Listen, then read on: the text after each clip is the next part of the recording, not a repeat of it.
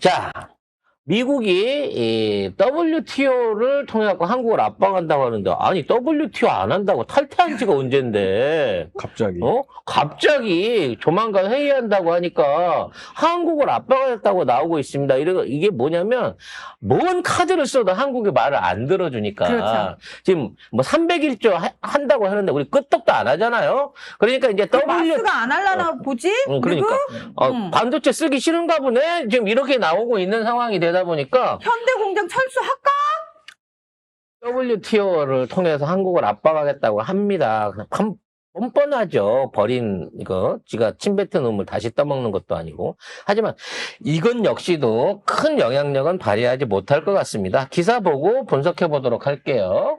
자, 미국 무역대표부가 보고서를 발표를 했는데요.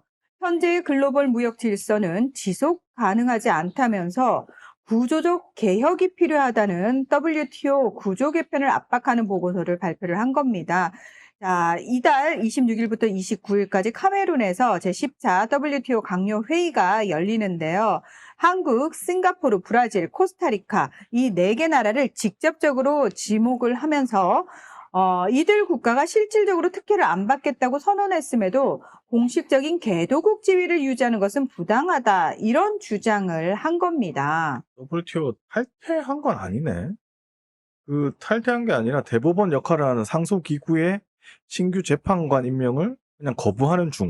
트럼프가 그 얘기 했어요. WTO는 지금 미국의 이익에 도움이 안 된다고. 하나도 네. 도움이 안 된다고 그랬어. 이미 WTO는 무시를 하면서 WTO고 나발이고 다 필요 없어. 내 맘대로다. 이러고 그러니까 트럼프 라운드. WTO를 트럼프가 존중한다 그러면 WTO 회원들이 전부 다 지금 트럼프를 고발해야 될 상황인 거지. 당연하죠. 트럼프가 WTO를 이용해갖고 회원국을 윽박질낼 상황이 아니라고 지금. 그럴 줄 알고 분쟁을 조정하는 재판소의 구성을 반대한 거다라고 트럼프가 얘기를 했습니다. 애초에 지가 무역전쟁을 일으켜놓고 WTO 제소가 들어오면 피고가 다 저일 거라니까 재판부를 없애버린 게 미국이에요 지금. 응?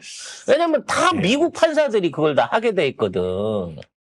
아무튼 이런 상황에서 우리나라는 개도국이 지위는 갖고 있어요. 그러니까 아직 우리는 선진국이라고 안 해. 겸손하니까.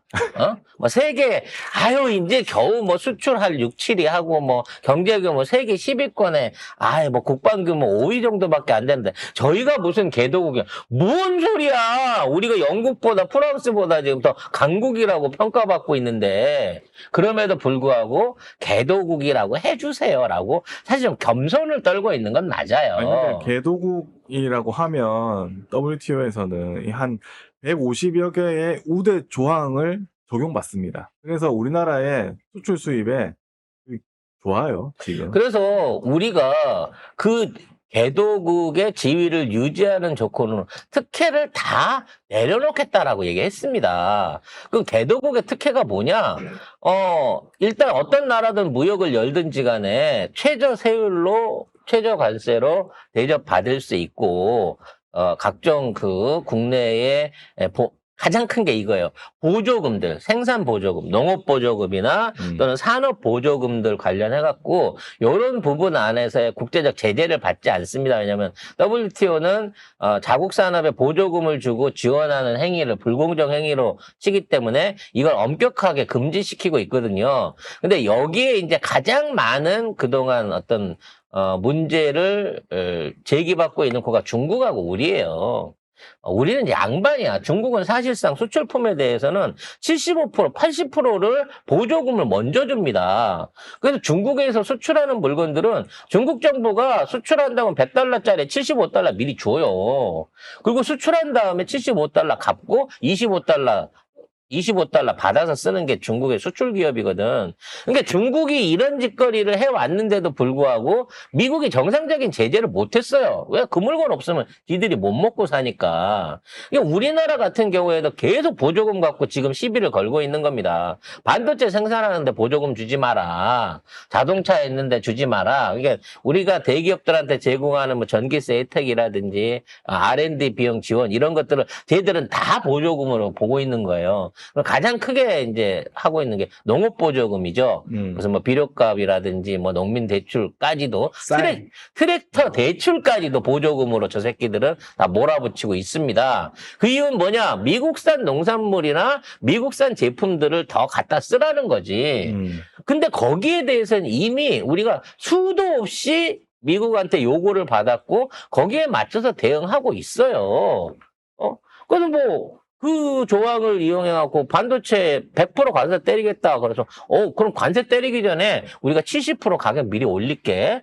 보태갖고 관세 때려? 지금 이러고 있을 정도로 한국에 있는 주요 수출품들이라든지 제품들에 대해서는 오히려 미국이 없어서 못 쓰는 거지 제재할 수 있는 이런 류의 대상이 아닌 거라는 거죠.